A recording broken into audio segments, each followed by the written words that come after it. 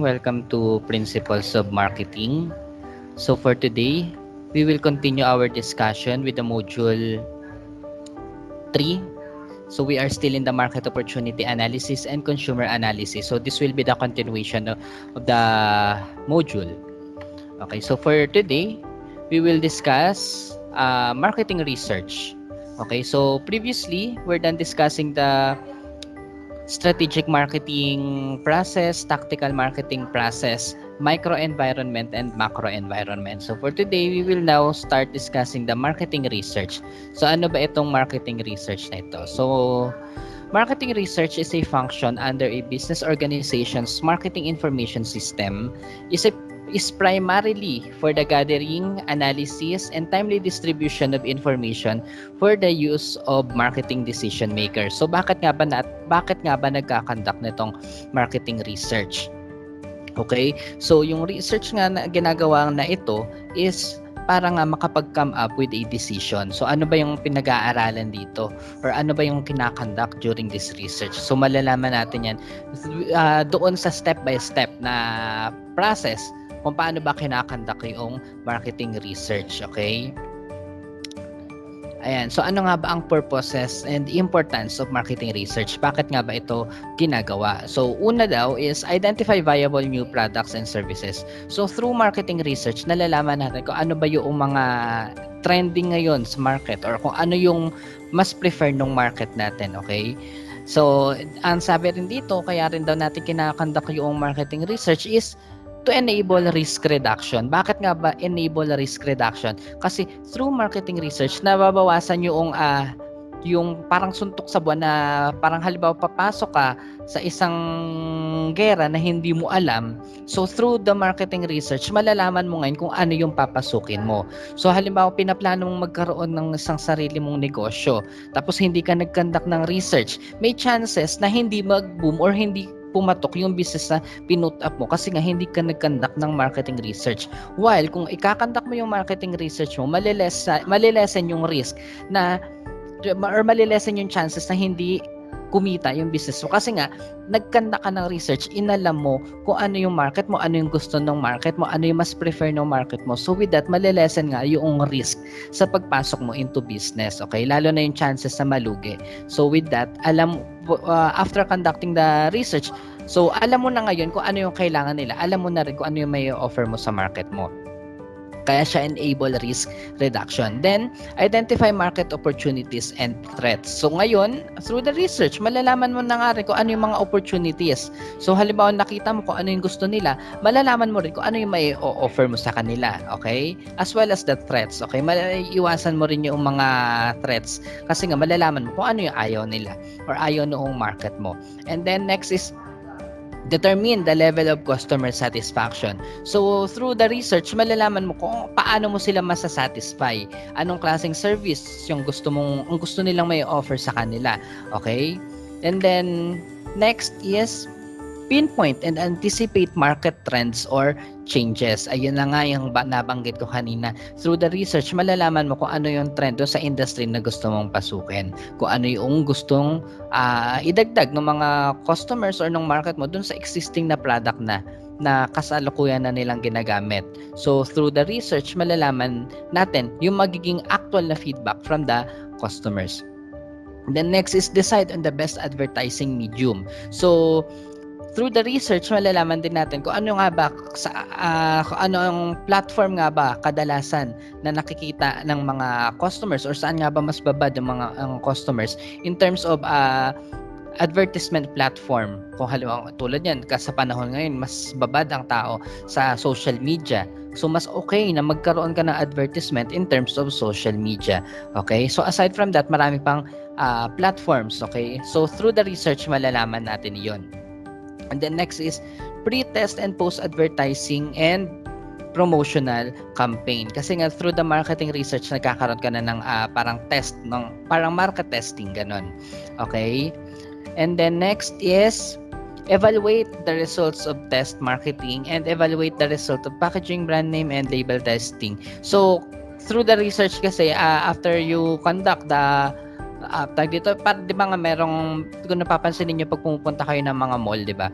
Before, meron may mga nagkakandak ng mga free taste ganyan, 'di ba? So part 'yon ng it's either ng marketing research, okay? Na kung saan bago i-launch yung isang produkto, pinapatry muna sa market. Yung tinatawag natin na test market, okay? And then with that, they will come up na with the results, kung ano yung feedback ng market, okay? And then yung evaluation regarding sa, yan na nga, packaging, brand name, and label testing. So, with the research, malalaman na nila ngayon kung ano yung dating nung produkto or nung service doon sa market. And then determine consumer price awareness and sensitivity. Okay? So sinasabi din dito, malalaman nga rin pagdating sa price awareness and sensitivity. Magkano nga ba ang malalaman natin through the research kung magkano nga ba ang prefer ng customers pagdating sa presyuhan ng produkto na i-offer mo. Okay? So with that, malalaman mo kung ano yung price nga ba na isa-set mo and then kung kaya bang may adjust dun sa preferred price noong market. And then undertake location studies. So through the research, malalaman nyo rin kung ano nga ba or saan nga ba mas prefer nung customers ang paghahanap nung ganong produkto mo. It's either ba sa convenience, sa supermarket, sa online, okay? And then, ayun. So now, let's proceed now with the steps in the marketing research process. So marketing research process is consist of 11 steps, okay? So simulan natin with the first step. So first is the research need determination.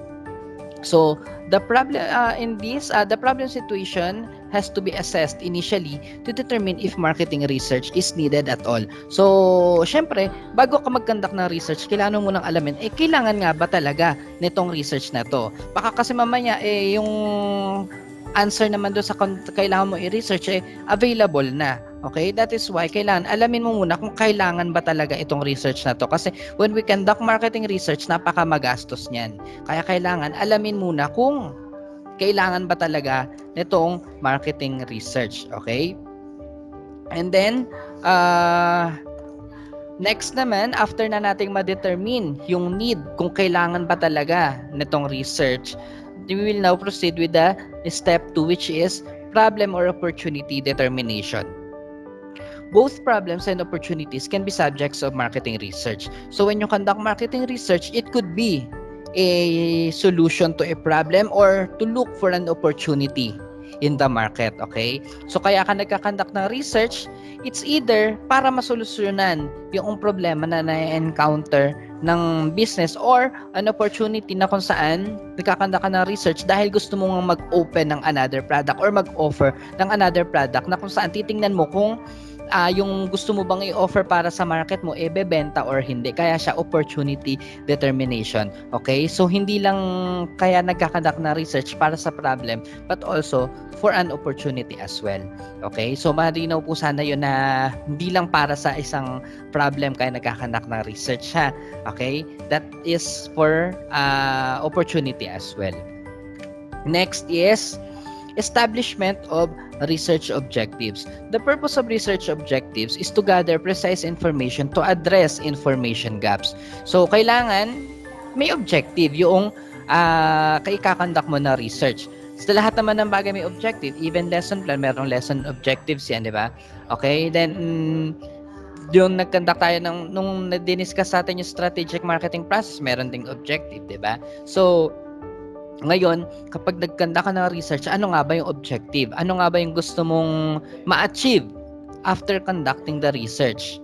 Okay? It's either nga to solve a problem or para ma-address mo yung opportunity kung yung gusto mo bang idagdag or i-offer sa market, bebenta. Okay? So, kailangan mag-set din ng objective kapag nagkakandak tayo ng marketing research. Research design determination. So at this step, methods and procedures for the collection and analysis of information must be determined. So kailangan alamin naman natin kung ano yung methods na gagamitin natin para makagather tayo ng information. So we have 4 steps or 4 major types of research design. Okay? So, una nga daw dyan is observational. So, social phenomenon is observed in its natural setting and observations can be made any one time or regularly within a period of time. Example for the observational activity or as a type of research design. So, yung observational, gaya nga from the root word observe, you are just doing a observation doon sa activity na or what I mean is you are just doing an observation, okay, for the research. So another example, okay, so halimbawa sa itong si MMDA yan o kaya sa LTO, gusto niyang bilangan kung gaano kadami yung dumadaan sa EDSA na sasakyan araw-araw or sabihin natin within 1 hour or kada oras.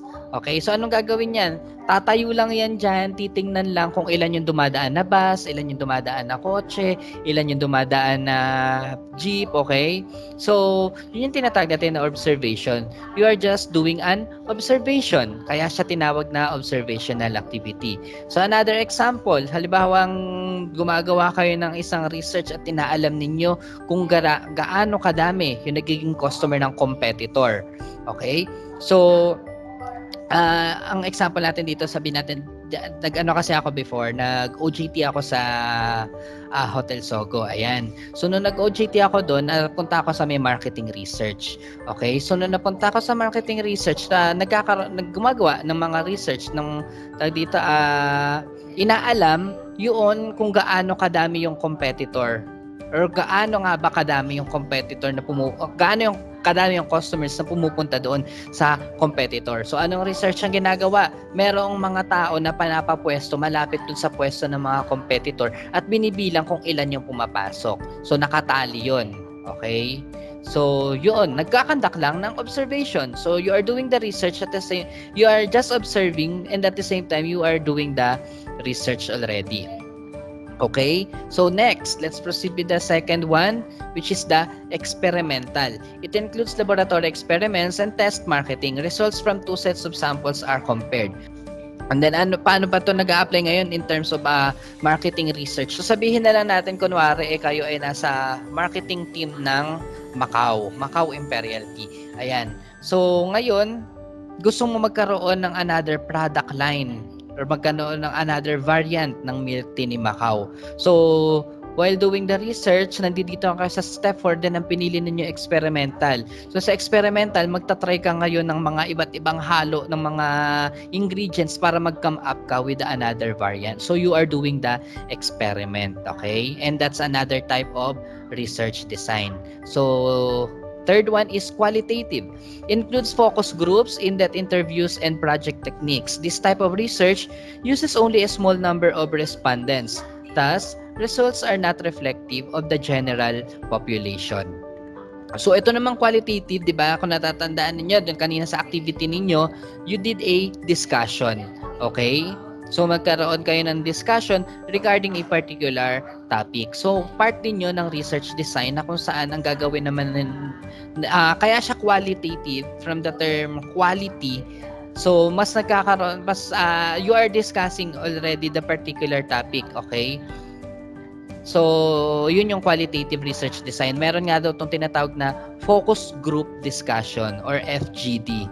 Okay? So, maaaring dun din, maaaring yun yung maging type ng research design ninyo. Meron dapat kayong, kapag gumamit kayo ng research design na qualitative, meron dapat kayong focus group. Okay? And then the fourth one is quantitative. One example of this type of research is the use of surveys. It is used to test observations. The number of respondents is relatively large and randomly selected, and the results are generally reflective of the population. So yung quantitative naman, yun nga daw, common example nga daw nito is survey kasi you are gathering numbers or quantity, kaya siya quantitative. Okay, sa numbers ang basis ninyo dito for the quantitative research. Okay? So, yun po yung 4 na type of research design. So, we have observational, experimental, qualitative, and quantitative. Then, the 5th step in the marketing research is the information source or type identification. So, meron daw tayong two types of information. So ito naman yung dito naman sa fifth step, kailangan alamin mo kung saan manggagaling yung mga information na gagamitin mo for your research. So yan nga daw, meron tayong dalawang type. Ang unang type na nga daw is the primary information. So this is the data gathered by the researcher himself for the specific research problem. So when we say primary information, ibig sabihin kayo mismo yung kumuha ng information, sa inyo mismo nanggaling yung information na gagamitin. Okay? So halimbawa nag-conduct kayo ng survey, yung information na nag-gather ninyo from that survey is a primary information kasi kayo mismo yung nag-gather or nag-collect noong information. While the other type of information is the secondary information, which means it is acquired from the previously conducted research. Okay? So kapag gumamit kayo ng information on your research na nagamit na before, so sabihin natin kinuha ninyo in Google yung information, that's already a secondary type of information. So halimbawa kung gumamit kayo ng number na for the population, okay, or number of population in a particular area para sa research ninyo, then nakuha ninyo yun over the internet or any other sources, basta hindi galing sa inyo information or nakuha lang ninyo from other source or nagamit na yung information for other researches, that would be classified as secondary information already. Okay? Now, aside from the type of information, we also have sources of information. For the sources of information, we have two. So, internal data and then the focus groups. So, yung focus groups, gaya nga na nabanggit natin kanina sa step number 4, sa qualitative, nandun nang galing yung information sa focus group. Okay? And then, for the internal data, ibig sabihin, halimbawa kayo ay nasa isang company, and then, yung information mismo is nanggaling or within the company na, parang proper owned ng company yung information. So, that is an internal data. Okay? Para siyang primary information, pero in terms of property, parang within the organization na siya. Okay? That is an internal data. So, sabihin na lang natin na kayo ay nasa Jollibee, ganyan kunwari. Then nasa marketing team kayo ng Jollibee and then you are conducting research na alam niyo kung magkano nga ba or ano ba yung madalas na pino-purchase ng market ninyo.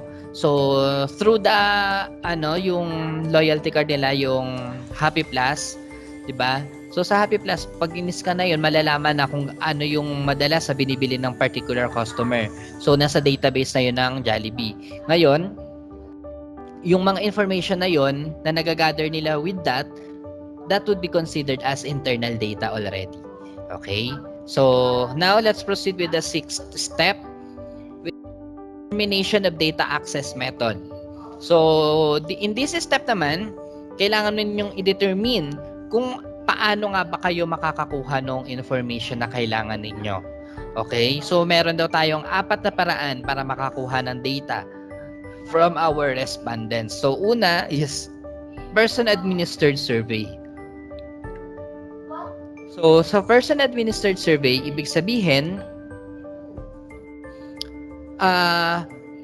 ito yung administered through face-to-face or telephone interview. So when we say person-administered, halimbawa, kung napapansin niyo, example, kung napapansin niyo sa census before or up until now, kapag nagka-conduct sila ng mga survey nila, 'di ba? Meron silang nag-i-interview and then yung respondent. Okay?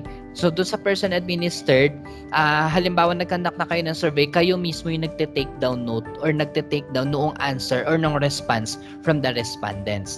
And that is the person administered survey. Next naman is computer administered survey. So kaya siya computer administered survey kasi nga through computer or through online ginagawa yung survey. And then the example na to, kung nag-participate kayo or nag-answer kayo ng survey na nilabas last time, nag-participate pa kayo doon. So yan, computer administered survey yon, na kung saan merong link na binigay sa inyo, then no na-access na ninyo yung link, merong form kayo na sinagutan. So that is computer administered survey. Then the third one is self-administered survey. Kaya siya self-administered survey kasi kayo mismo as respondent, kayo mismo yung nag-a-answer ng survey. So kung naka-answer na kayo ng survey ng McDo or ng Jollibee, 'di ba parang bibigyan lang kayo ng form at saka ng pen, then hahayaan na kayo na sumagot ng survey. And that is self-administered survey. And then the last one is the hybrid survey. So, yung hybrid survey naman, combination of all, yung sa three types. So, po pwedeng sabay-sabay yun. Pag halimbawa meron kayong person-administered, meron kayong computer-administered and self-administered survey, ang tawag doon is hybrid survey. Next naman is step number 7, data collection forms design. So, ayan, we have major parts of a survey. Meron tayong 4. First is introduction, screening, core, and classification. So, ano ba yung introduction? So, sa introduction, nandito yung greeting, introduction, and then researcher introduction, then kung para saan yung research na kinakonduct ninyo. And then the second one is screening. You are screening yung qualifications ng participants if they are qualified for the survey or for the research. And then the core, which is yung major part na nung research mismo. Okay? Nandoon na yung mga answers, yung mga questions, and then the answer. Okay? And then the classification is questions used to classify respondents into different groups and stratification. Okay, so ito na yung part ng survey na kung saan ika-classify na natin yung respondents natin. And then, we also have 3 types of questions used in questionnaires. So, yung type of question, meron tayong categorical response question. Ito yung pinaka-common. So, for the categorical response question, meron tayong 2. It could be dual or multiple choice. Kapag dual response, ibig sabihin nun, ito yung mga survey na kung saan parang ang pinaka-options mo lang dyan is yes or no lang. Okay? And that is the dual response. And then the multiple choice, ito na yung maraming choices. Okay? Different choices yan, depende sa questions na hinihingi. Okay? And then open-ended question. So for the open-ended question, ito naman ang mga responses naman dito is parang opinion-based. Okay? So isusulat ninyo diyan or ilalagay ninyo diyan yung mga personal opinions ninyo for the question na hinihingi or na binibigay. And then sa open-ended parang ano yan, tag dito, walang specific answer pagdating dyan sa open-ended question. While in the metric questions naman, ito naman yung may scale na binibigay. So kung naka-encounter na kayo ng survey na in a scale of 1 to 5 or 1 to 10, how would you rate? Ganyan, di ba?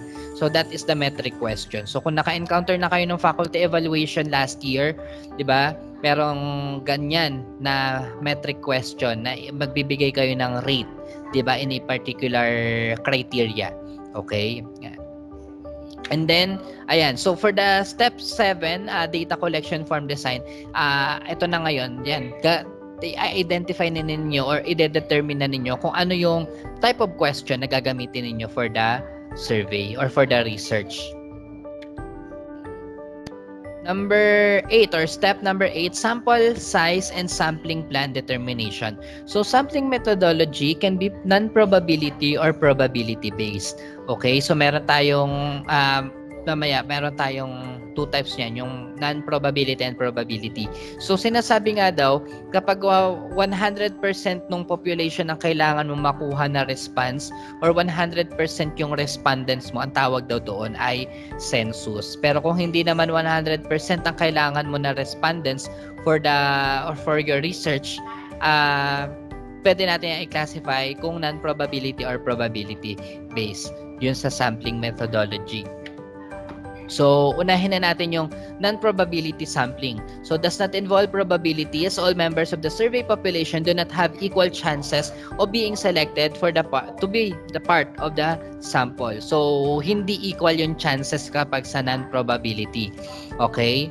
So, merong chances, merong wala, pero hindi, halimbawa, sa inyong buong klase, lahat kayo hindi equal yung chances sa inyo na makapag-participate into a survey.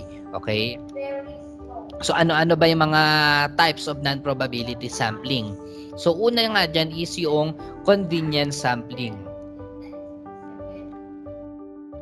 So, convenience sampling, when the researcher arbitrarily selects relatives, friends, and or classmates, etc. to be given survey questionnaires. So, kaya siya convenience sampling kasi nga, ang pinipili lang dito nung nagkakandak na research is kung kanino siya komportable.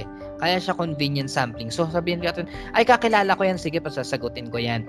Ay tropa ko yan, kaibigan ko yan, sige pasasagutin ko yan. Kay kamag-anak ko yan, sige bibigyan ko ng survey yan. Okay? And that is convenience sampling. Kaya mo pinipili yun kasi nga parang pinaka-komportable ka na dun sa tao and convenient ka with them. And then next type of non-probability is the judgment sampling. The researcher gives survey questionnaires to individuals who, in his or her judgment, are qualified to participate in the survey. So, ito naman type ng research na kung saan yung nagkakandak na research is judger. Okay? So, kung halimbawa, based on his or her judgment, sabihin, ay, qualified to. Sige, pasasagutin ko to. Ay, mukha siyang mahirap, hindi siya qualified, wag na lang. Okay? So, ngayon, yung pagpili ngayon ng respondent dito sa judgment sampling is based doon sa judgment noong researcher. Okay? So, nakita niya na basurero, ay, hindi yan qualified. Sige, hindi ko na pasasagutin yan. Okay? Sabihin, ay, social siya pumorma. Sige, pasasagutin ko yan. Okay? So, yan yung tinatawag natin na judgment sampling. So, pipili siya ng respondent based on his or her judgment. Okay? Next naman is yung referral sampling. So, the researcher asks initial respondents to provide another qualified respondents for the survey. So, kaya siya referral kasi halimbawa may pinasagot na ako, mayroon na akong napiling respondent, yung respondent ko na yun, tatanungin ko naman siya kung may ma-refer pa ba siya na po pwede mag-respond for the survey. And that is referral sampling. Next is the quota sampling. When the researcher specifies the proportions of various classifications to be included in the survey.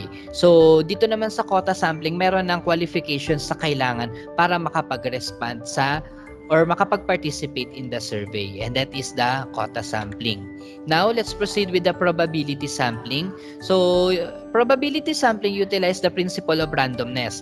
Randomness is when every member of the survey population has an equal non-zero chance of being selected as part of the sample. So, ito naman, kabaliktaran naman ito ng non-probability sampling na kung saan lahat naman ay merong equal chances na makapag-participate in the survey. So, ano-ano naman yung type ng probability sampling? So, first is the simple random sampling.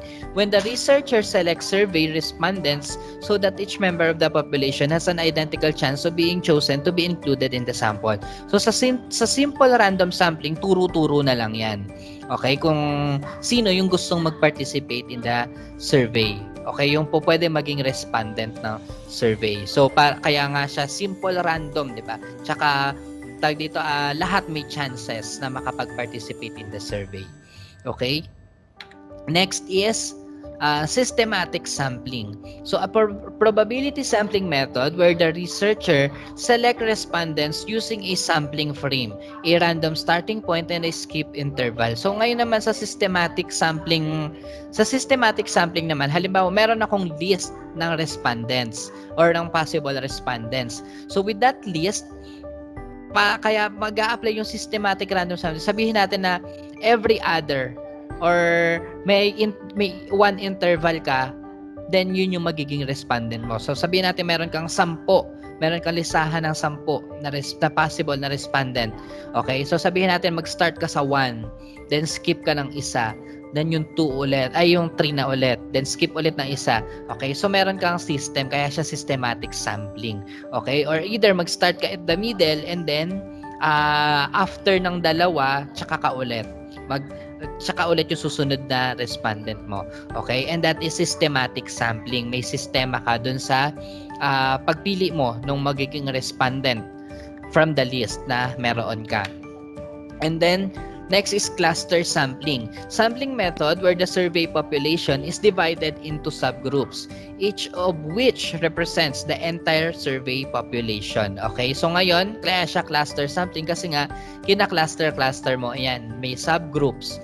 Okay? Na kung saan yun yung magre-represent into survey population. And then the last type of probability is stratified sampling. So where the survey population is divided into subgroups and proportional samples from all subgroups are included in the sample using the principle of randomness. So ito naman para medyo related siya dun sa nauna kanina kay dito sa cluster sampling. So, 'di ba nga sa cluster sampling parang divided mo siya into subgroup. Dito naman yung divided into subgroup then proportion naman ang pagkakahati-hati sa stratified sampling. Okay? Now, let's proceed with the step 9, which is the data collection. This is the stage in the process where the questionnaires are administered to the selected respondents. So, dito naman sa step 9, ito na yung actual. Okay? Ito na yung actual na data collection. Halimbawa, yung pagkadak na mismo ng research na kung saan meron na nagpapasagot na kayo noong mga questionnaires ninyo. Okay? And then, for the step number 10, data analysis. So, tapos na ngayon, dito naman sa data analysis, tapos na yung pagkakandak ninyo nung, or yung pagpapasagot ninyo sa respondents. So, at this stage, collected data is summarized and generalized. The differences and relationships between and among the data are determined. So, through the data analysis, kaya nga siya analysis kasi you are doing already the analysis or ina-analyze na ninyo yung mga naging result ng research or ng mga questions or ng survey na kinandak ninyo. And then for the last step, which is the report preparation and presentation. The last step in the marketing research process is the preparation and presentation of the report findings, interpretations, conclusions, and recommendations to marketing decision makers. This serves as basis for strategic or tactical decision. So after doing the research, ipe-prepare mo na ngayon yung summary. Ipe-present mo na ngayon yun doon sa mga decision makers. Then, babalikan mo ngayon yung objective mo kung na-achieve ba nung research na kinandak mo. Okay? And that is the marketing research process. Now, let's proceed with the marketing research-based decision. So, ito naman ngayon in this topic, titingnan naman natin dito ngayon yung mga nagiging basis. So, yung mga nagiging decisions based doon sa kinandak na marketing research. Okay? So, ito yung mga possible na decisions. So, external factor research.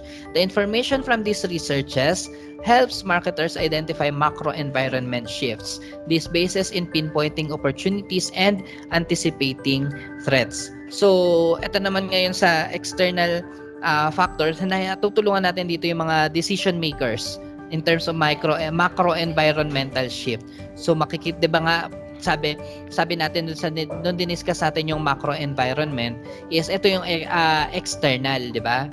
So ngayon with this matutulungan natin yung business or yung organization kung ma-achieve ba natin yung makikita ano ba yung mga pwedeng opportunities or threats, okay? Through the research. Next is the observational research. This is an invaluable aid determining consumer behavior. It assists marketers in determining the retail shelf placement strategy to use. So, with the observational research nga daw, ang decision sa mga makakama-up dito is malalaman kung malalaman natin kung ano yung behavior ng mga consumers, okay? In regards with their reaction toward or in regards with the behavior towards doon sa ating product or doon sa service na ino-offer natin. And then next is test marketing. Based on test marketing results, the company shall gauge the acceptability of a proposed product or service. So through the test marketing, makakapag-up ngayon ang mga decision makers kung ano yung feedback noong market tungkol dun sa product, kung ma-accept ba nila yon, kung ano yung gusto nilang baguhin, okay, kung ano yung reaction nila with the product or the service. And then next is target market studies. This help identify, quantify, and understand the target market better. So, malalaman din natin or makakapag-come up din with the decision kung or ma-identify na kung sino talaga yung target market ng particular product or ng particular service. And then concept product development and product studies. So with this, using the results generated by concept product development and product studies, marketing organizations shall select the proposed product or service concepts that have highest level of market acceptance. So, di ba nga meron tayong tinatawag na new product development na na-discuss natin noong nakaraan. So, kasama yun dito. So, malalaman din natin kung ano nga ba yung gusto ng market natin or noong mga customers. And then, pricing test. Ayan, malalaman din naman, makakapag-decide din kung ano yung price na pwedeng iset for your customers. Kung ano, malalaman natin kung ano yung pinaka-afford nila kapag dating doon sa ganung klase ng produkto or ng service. And then next is location studies. Location studies determine ideal retail store location and is a valuable tool in site selection. So aside from the actual location, kasama na rin dito yung isa na rin sa preferences ng customers is yung online platform. Okay? As part of the location. And then next is advertising pre and post testing. This test can determine advertising copy effectiveness, advertising recall, sales promotion response rates, outdoor advertising traffic results, and the effectiveness of public relations media placement. So with this naman, malalaman natin kung gaano ba ka-effective yung isang advertisement or ano pa yung different platforms sa pwedeng gamitin in terms of advertisement para mas madaling matandaan ng market natin or ng mga consumers. And then last one is the usage attitude and image studies. These studies can provide cost-effective ways on how to increase a product's or service awareness level and brand trial. So through the research then, makakapag-come up na rin with the decision kung ano pa yung mas magandang i-improve doon sa or mas maganda gawin for the product or service kasi nga malalaman na rin natin kung paano, ano ba yung awareness level nung market or ng customers regarding doon sa product. And then through the brand trial. Okay? Now, we're done with the marketing research. We will now proceed with the consumer and organizational markets. So, dalawa yan ha, consumer and organizational market. So, simulan natin sa consumer market. So, this include individuals and or households who purchase products and services for personal consumption. Consumer normally makes purchases in smaller quantities due to their tendency to consume products gradually over a period of time. Moreover, consumers tend to be more emotional about their purchases. The purchases are at times impulsive or spontaneous. So, yung consumer market nga, tayo yung consumer market. Bawat individual or per household, yan, mga consumer market yan. So, all of us, consumer market tayo. And sabi nga, normally makes purchases in smaller quantities. So, unlike organizational market, mas kakaunti ang binibili or pinapurchase ng isang consumer market compared to organizational market. And then, sabi, consumers tend to be more emotional about their purchases. So, kasama rin daw sa consideration ng isang consumer market yung kanilang emotions kapag nagpo-purchase sila. Okay? So, malalaman natin yung comparison yan later on. So, the consumer buying process. So, meron daw tayong 5 steps in consumer buying process. So, we have the recognition of need. So, dito naman sa recognition of need, ito yung first step in consumer buying process. So, ano ba itong recognition of need? Ito yung first step na kung saan inaalam mo muna kung ano nga ba yung kailangan mo. Okay? So, yun yung first step sa consumer buying process. So, example, gusto nyo bumili ng pagkain. Bakit kayo bibili ng pagkain? Kasi nagugutom kayo. Okay? Yun yung recognition of need. Nagutom kasi kayo, kaya kailangan nyo bumili ng pagkain. Next is information search. Ngayon, for the second step, hahanap ka na ngayon kung saan ka bibili. Magpapagrab ka ba? Magpapaluto ka ba? Bibili ka na lang sa karinderya or kung saan-saan dyan sa tabi-tabi. That is information search. So once na nalaman na recognize mo na nga yung need more na which is kailangan mo nga bumili ng pagkain dahil nagugutom ka, hahanapan mo naman ngayon kung saan ka po pwedeng bumili. Next is evaluation of alternatives. So sa evaluation of alternatives, dito naman i-compare mo kung i-compare mo lahat ng mga na available na po pwede mong pagbilhan. So sabihin natin na ay kapag sa Grab medyo mahal. Kapag magluluto ka mapapagod ka pa. Kapag bibili ka na lang diyan sa labas, gagastos ka pero hindi ka sigurado kung mura o ay hindi ka sigurado kung malinis ba yung pagkain na bibilhin mo na lang diyan sa labas. And that is evaluation of alternatives. You are trying to evaluate the alternatives sa po pwede mong pagbilhan. Okay? And next is the purchase decision. Ito na ngayon, nakapag-decide ka na kung saan ka bibili. Okay? Sa Grab na nga lang, sige kahit na mahal, at least komportable ka and convenient ka, hindi ka na mapapagod pa. Siguradong malinis pa. And then, next is post-purchase evaluation. Ngayon, kapag nabili mo na yung produkto, ito naman kung saan nandito yung learning na kung saan ma-recognize mo kung maganda ba yung produkto. Kung maganda, then avail ulit. Pero kapag hindi, syempre hindi ka na uulit. And that is the post-purchase evaluation. So basically, yan yung consumer buying process pero hindi niyo na papansin na dinadaanan niyo yung processes na yun kapag nagpo-purchase kayo, 'di ba? Basta sa inyo bili lang ng bili, yan, avail lang ng avail, pero hindi niyo napapansin na dadaanan niyo yung consumer buying process na yan. Okay? Next is consumer buying role. So, ito naman, mga different roles. Okay? Halimbawa na kapag kayo ay magpo-purchase ng isang produkto, ayan, meron different roles na may mga kanya-kanyang ganap. Parang role-playing lang yan na meron silang iba't ibang roles. Halimbawa, ikaw yung bida, yung mga nasa paligid mo, may kanya-kanya silang ganap sa buhay mo bilang isang consumer. So, unahin na natin itong initiator. Initiator, kaya siya initiator kasi nga siya yung nag-i-initiate nung pag-purchase ng isang product or pag-avail ng isang service. Okay? So, sabihin natin na kayo magbabarkada, may nagyaya. Ayan. So, sa nagyaya, siya yung initiator. Okay? Uy, tara, Jollibee tayo. So, kung sino yung nagyaya, siya yung initiator. Ngayon, next naman is yung influencer. O, di ba may nagyaya na nga. Sige, tapos meron susundot. Sige, tara. May promo dun ngayon. Ayan. So ngayon, yung influencer, siya yung taga-sundot naman. Siya yung taga-gatong dun sa initiator.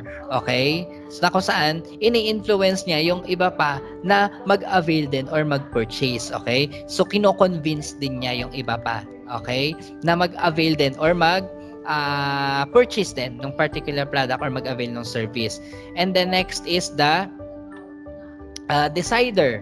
Ayan. So the decider, the person who makes the final decision to purchase or makes the final decision on any product or service component such as what to buy, how to buy, where to buy, etc. Ayan. Ito naman na it's either you or within the group also. Okay? So yan na. Decider, siya na yung magde-decide kung magpo-purchase ba or hindi. Kung saan bibili or saan mag-a-avail ng product or noong service. And then, next is yung buyer. Ayan. Kung sino yung bibili. It could be you or merong other person na bibili para sa'yo. And then, user. Eto na, actual. Ikaw na yung kung sino yung mismong gumagamit nung mismong product or nag-a-avail mismo noong service. Okay? Ayan. Ayun yung consumer buying roles. Next is the consumer behavior model. Ayan. So, sa consumer behavior model, meron daw tayong meron tayong marketing inputs, psychological inputs, and then the purchase decision. So, yung marketing inputs, ayun yung tinatawag natin na marketing stimuli na kung saan ito yung yan yung pinaka-considerations natin kung bakit tayo kailangang bumili. Or kumbaga, kapag magpa-purchase kayo ng isang product or mag-a-avail kayo ng service, itong apat na ito yung pinaka-consideration ninyo kapag mag-a-avail kayo ng product. So, yung product ba na yun, ito, kung natatandaan nyo, yung 4Ps, yung marketing mix, ito yon.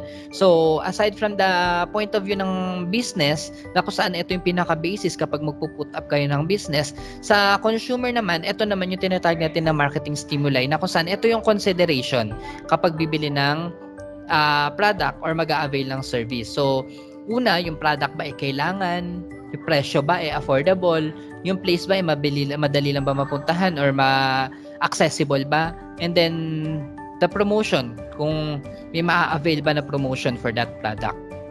And then the other input is the psychological inputs. It is all about the culture, attitude, learning, and then the perception. So sa culture, nag-violate ba yan ng culture yung product na gusto mong bilhin? Okay? What was your attitude towards that particular product? Then learning kung na-avail mo na ba yan before or hindi. And then what was your perception with that particular product? Then after that, the inputs, after the marketing inputs and the psychological inputs, you will now come up with your purchase decision. Okay? What would be your product's choice, brand choice, and location choice, purchase timing, purchase amount, then purchase frequency.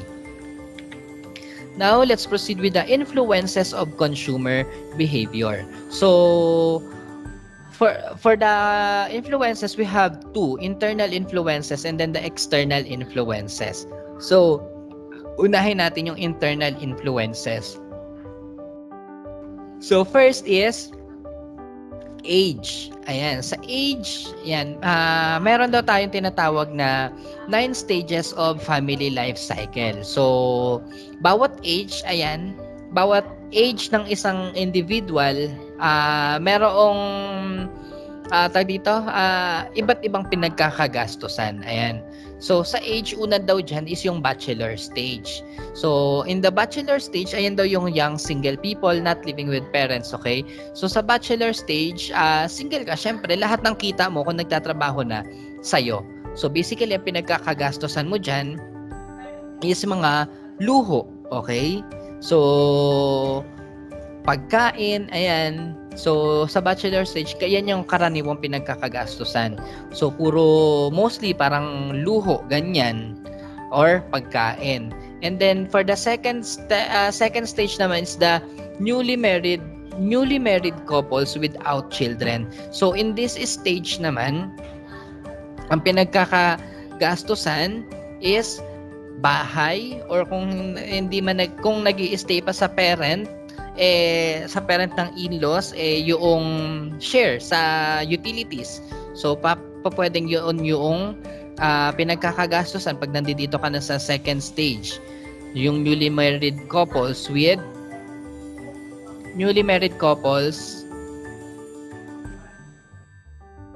children. So, aside from that is yung pag-buy ng mga household appliances. Ayan. So, part yun doon sa second stage, sa kadalasang pinagkakagastusan. And then, for the next stage is the fullness one, or youngest child under 6. So, married couple na pero mayroon ng anak na bata pa, which is 6 years old under. Okay? So, ano ang kadalasan pinagkakagastusan yan? Ang kadalasan pinagkakagastusan is yung they may be renting daw their living facility, or meron ng sariling bahay or nakikitira pa din. So, kadalasang gastos is yung para sa pag-aaral noong bata. Then, sa pagkain, clothing, yan. And then, for the next stage naman is yung fullness 2, youngest child, na meron ng 6 or over, or medyo nasa 6 years old pataas na. So, pinagkakagastusan is yung pag-aaral ng bata, and then pagkain, medyo lumalaki na pagdating sa pagkain kasi nga lumalaki na yung bata, and then damit, furnitures, and then toys, yan. Then trip to amusement park. So, 'di ba kung natatandaan niyo ng mga bata pa kayo, regular kayong umaalis ng parents niyo, or nilalabas kayo ng parents niyo, it's either sa mall or amusement parks, diba? Yan, Star City, Enchanted Kingdom, Luneta, malls, at kung saan-saan pa, diba?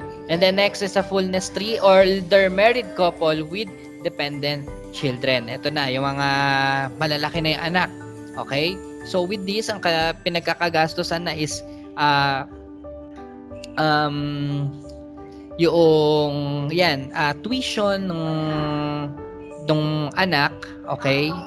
And then investments, yan. Then for the empty nest one, no children living at home, family head in work. So ito naman yung nakabukod na yung anak, okay? So parang parents na lang pero nagtatrabaho pa. Okay? So with this naman, ang kadalasan ng pinagkakagastusan daw is uh, vacations na, luxury items, health and fitness, and then dietary supplements. And then they spend a lot of free time with friends who are similar lifestyle. So kung papansinin nyo dyan, sa ganitong age na yung mga nagsusumba-sumba, ganyan. And then emptiness too, family head, retired. So ayan,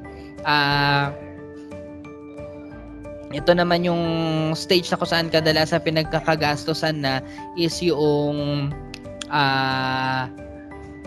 yan, sarili ng bahay pero mas maliit na lang, and then spend on eating out, movies, syempre na parang leisure na lang kasi nga matanda na and then retired na nga. Then solitary survivor in work, pensioner, parang nagtatrabaho pa rin pero senior na. Then sa solitary survivor retired, wala nang ang kadalasan na pinagkakagastusan nito puro gamot na nga kasi nga matanda na.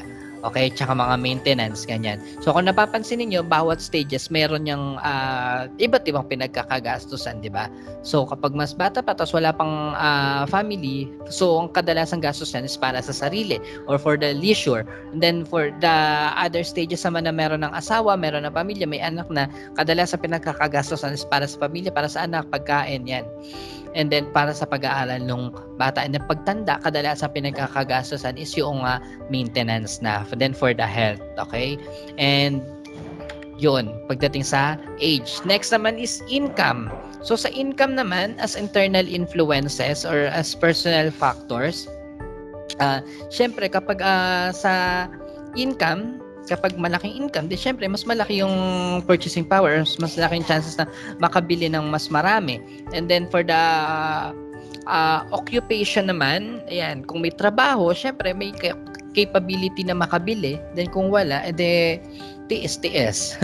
And then for the lifestyle naman, it is defined as a manner of living that reflects a person's values and attitudes.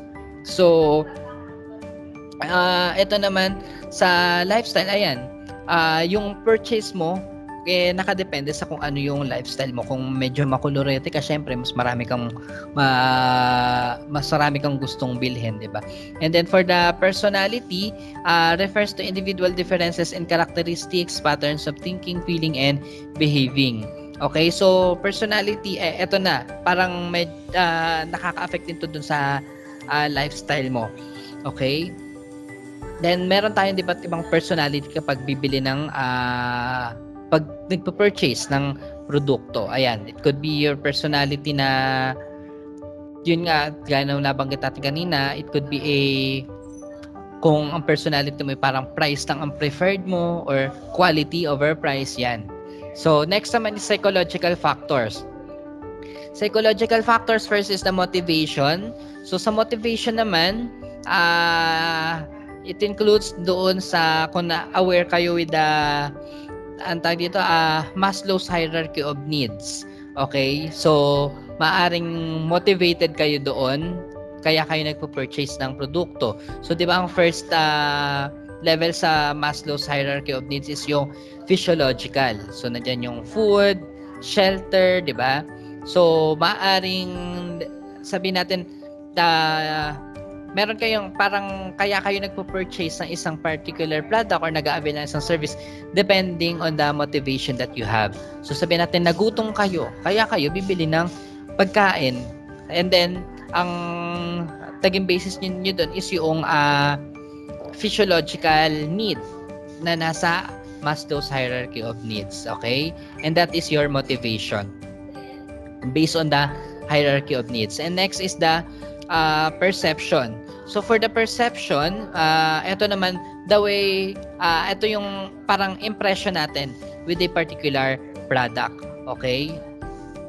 So, meron daw tayong tinatawag na three perceptual processes guide an individual perception. So, we have selective attention, selective distortion, and then selective retention. So, sa selective attention, yan, because consumers are exposed to hundreds of commercial messages each day, they tend to pay attention to only those that address a current need.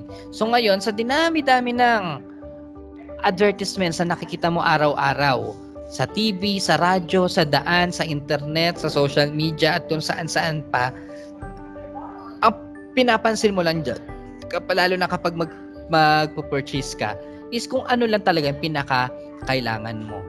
Okay? So, hindi mo na napapansin lahat ng mga nakita mong advertisements previously. Okay? And that is selective attention. Then halimbawa, another example, nasa klase kayo. Halimbawa, yan, discussion tayo. Or sa ibang subjects ninyo, makikinig lang kayo sa isang topic or sa discussion kapag nakaka-relate kayo. Pero kung halimbawa hindi naman kayo nakaka-relate, hindi nyo pinapakinggan. And that is selective attention. Okay? Next naman is selective distortion. It pertains to the tendency of individuals to twist or distort information to fit their existing mindset toward a brand. Okay, so sa selective distortion naman, ito naman, you are trying to distort yung particular na perception mo with a particular brand or service. Okay? So, sabihin na lang natin na nag-avail ka ng ticket ng isang airline company. So, sabihin natin, nag-book ka ng ticket sa Cebu Pacific. Ayan. And then, nung nag-book ka na ng ticket, ayan, flight mo na, then delay. So, alam naman natin, di ba? Cebu Pacific, laging delay yan, di ba? So, nung nandoon ka na habang while waiting for the flight, then ang nagiging perception mo is, ang nagiging thinking mo, sige, okay lang yung na-delay, ganyan. Baka mamaya parang iniiwas ka lang sa accident or any na po pwedeng mangyari. So, you are trying to distort or you are trying to twist, okay, yung mindset mo towards the brand or towards the product. Okay? So, yun yung tinatawag natin na selective distortion. Parang iniiba mo yung mindset mo towards doon sa product or doon sa service. And then selective retention means that customers tend to remember only positive things that reinforce their attitudes and beliefs. So sa selective retention naman, kahit na alam mo na may mga parang negative feedbacks or negative reviews in a particular product or service, mas nare-retain sa'yo yung positive tungkol dun sa product or service na yon. So sabihin natin mag-a-avail ako kunwari sa Jollibee ng isang produktong mag-a-avail ako or bibili ako ng pagkain, order ako, 'di ba? So alam naman natin na napakatagal. So ako magtatyaga ako dun sa matagal na process ng pag-order nila kasi alam ko na masarap yung pagkain nila, and that is selective retention, na-retain sa akin yung produkto nila na mas masarap. So yun yung tinatawag natin na selective retention. Okay? Next is learning.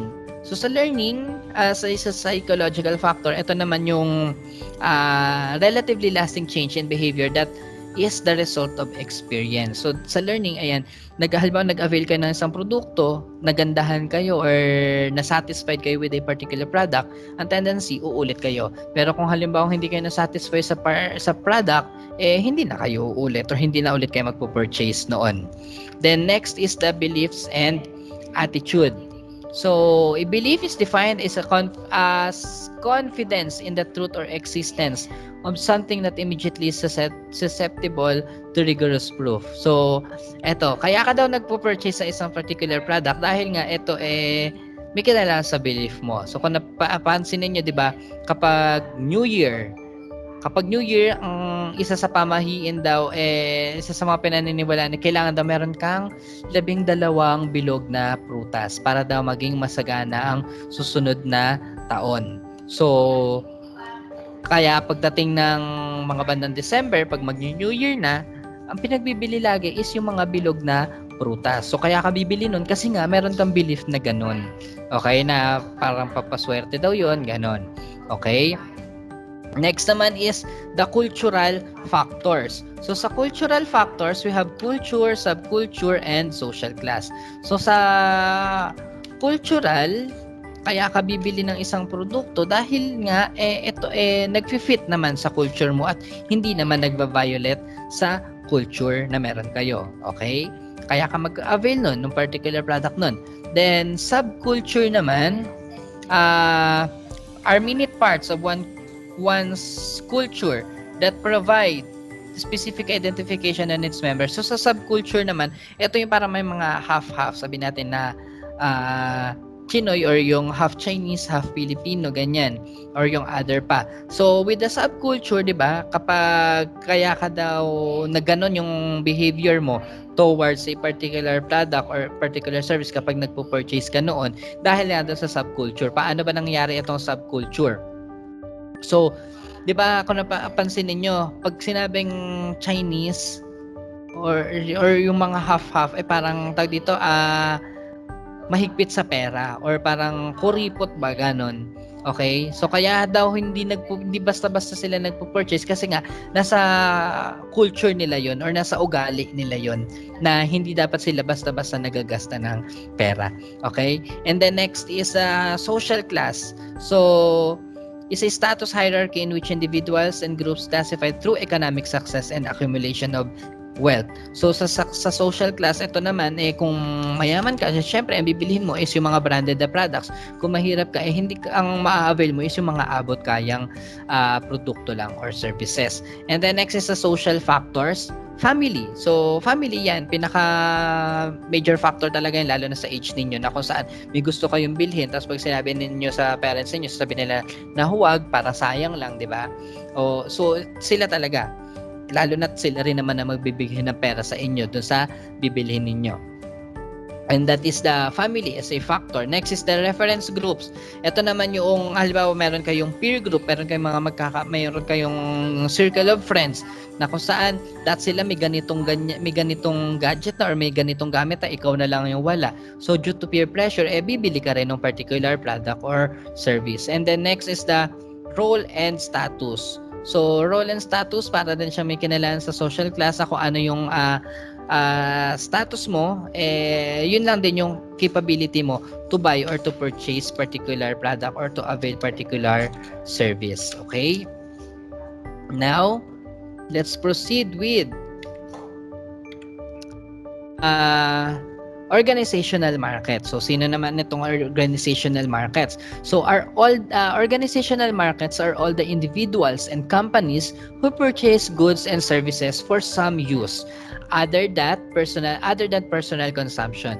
The organizational market is far less in number than the consumer market, buy less frequently but in greater volume.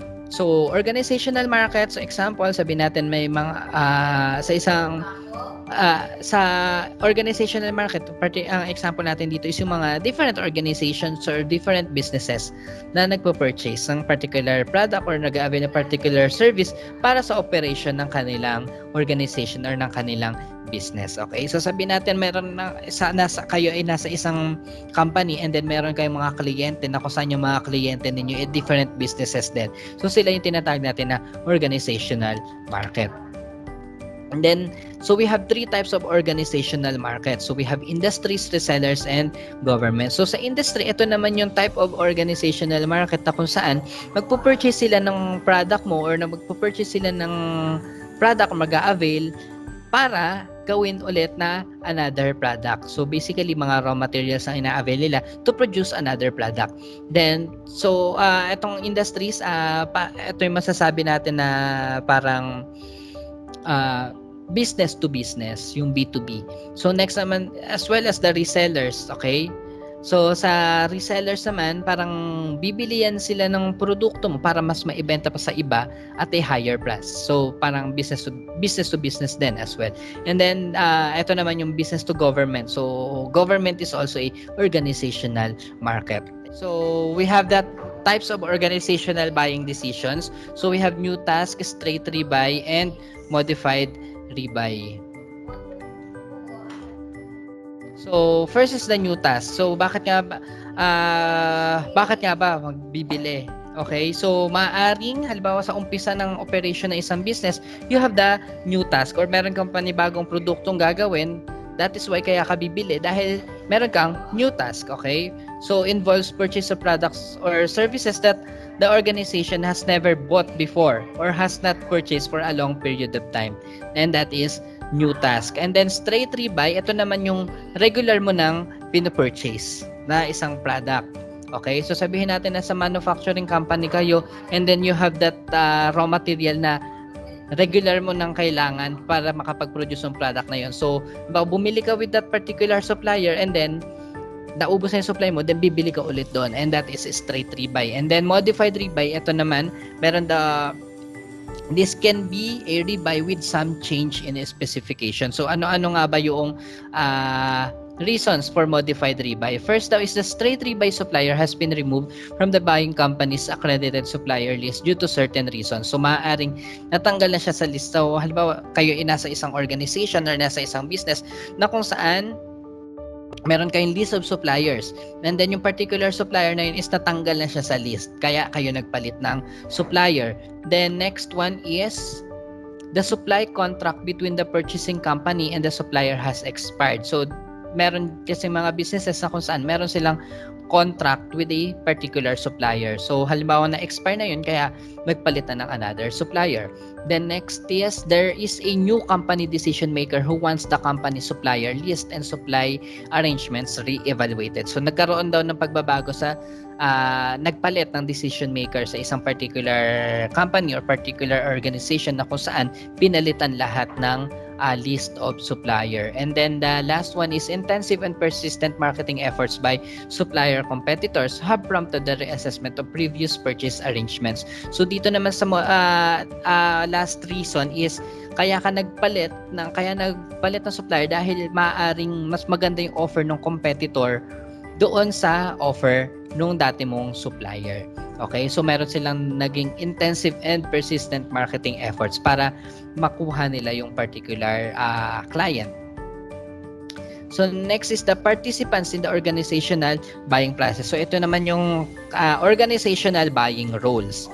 So kung kanina sa consumer market, meron tinatawag na different consumer buying roles, 'di ba? Meron din kanina tayo na discuss noon. Okay? So, dito naman, meron din tayong tinatawag na organizational buying roles. So, una, users. Ayan, yung users, sila yung end user mismo ng particular product.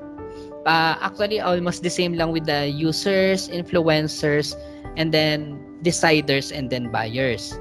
Okay? Doon sa consumer market. But, in this naman, sa meron na dagdag dito na approvers. Okay, so sa approver, ayan, 'di ba, sa isang organization kailangan naman kapag mag-purchase ng isang product or mag-a-avail ng isang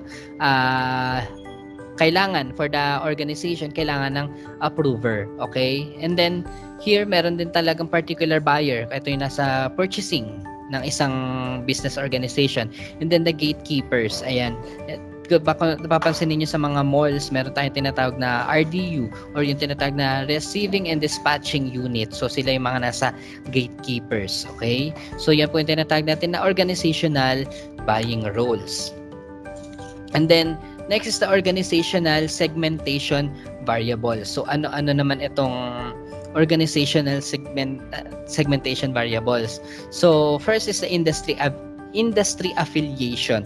So ngayon, kapag nag-segment ka ng isang market mo or ng mga minamarket mo na organization, titingnan mo muna is yung industry affiliation.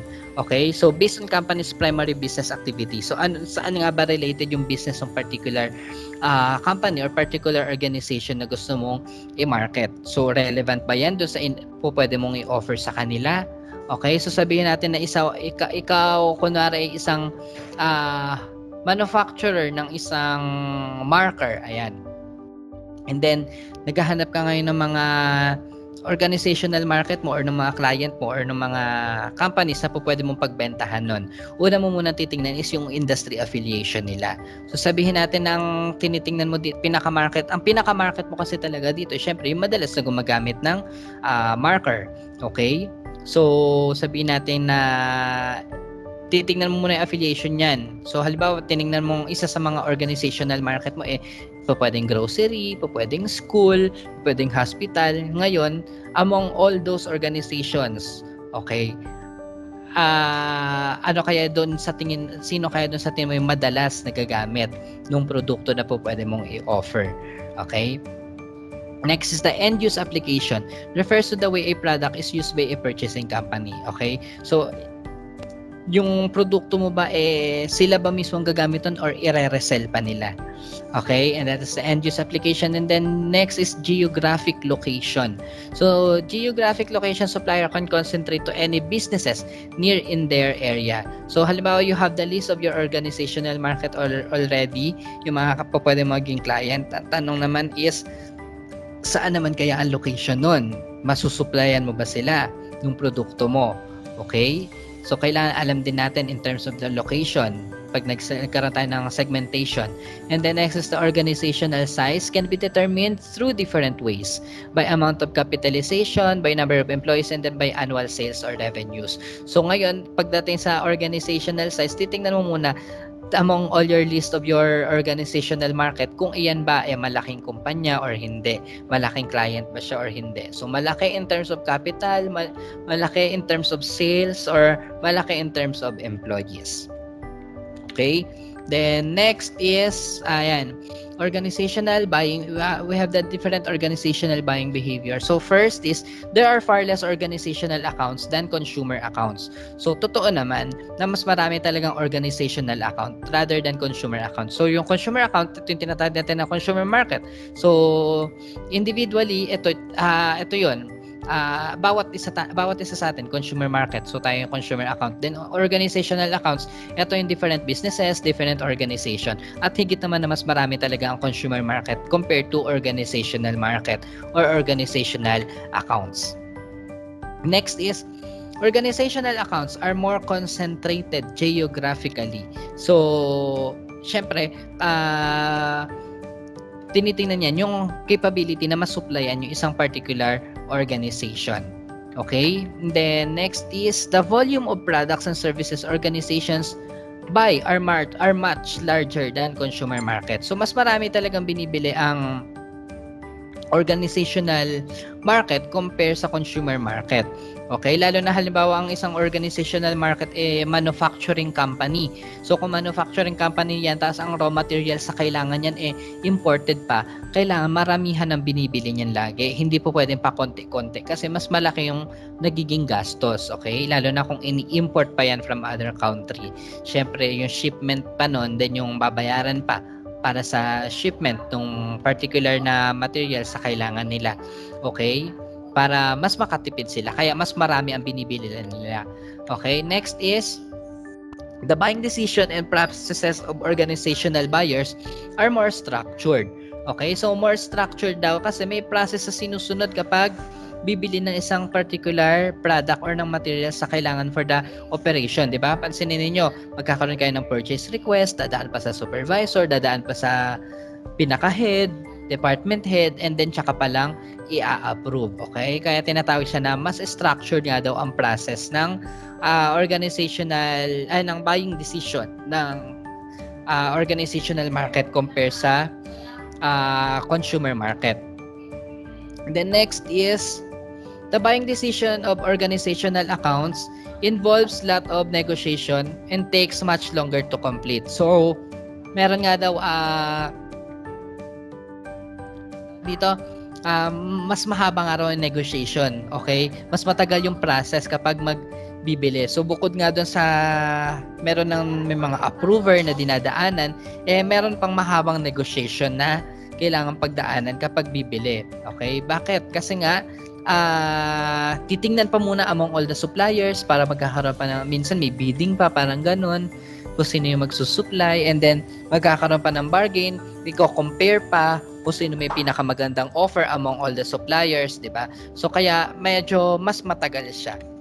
And then next is organizations normally buy on extended payment terms. Since malakihan at marami nga ang binibili ng organizational market compare kay consumer market, mas extended nga ang payment terms. Paano ba extended payment terms? Ayan yung may mga credit terms sa kung saan parang it's either 3 months to pay, 6 months to pay, or 1 year to pay. Depende sa laki nung pinurchase nung isang particular organizational market.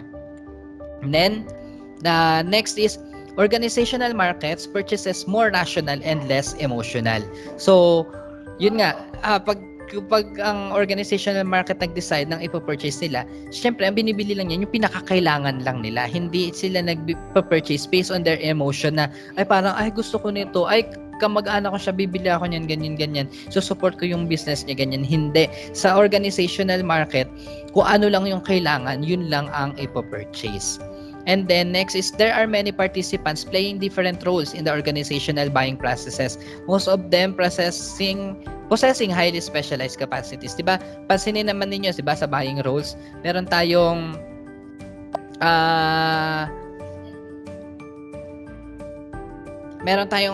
anim na roles doon sa organizational buying roles. Unlike a consumer, meron lang tayong 5.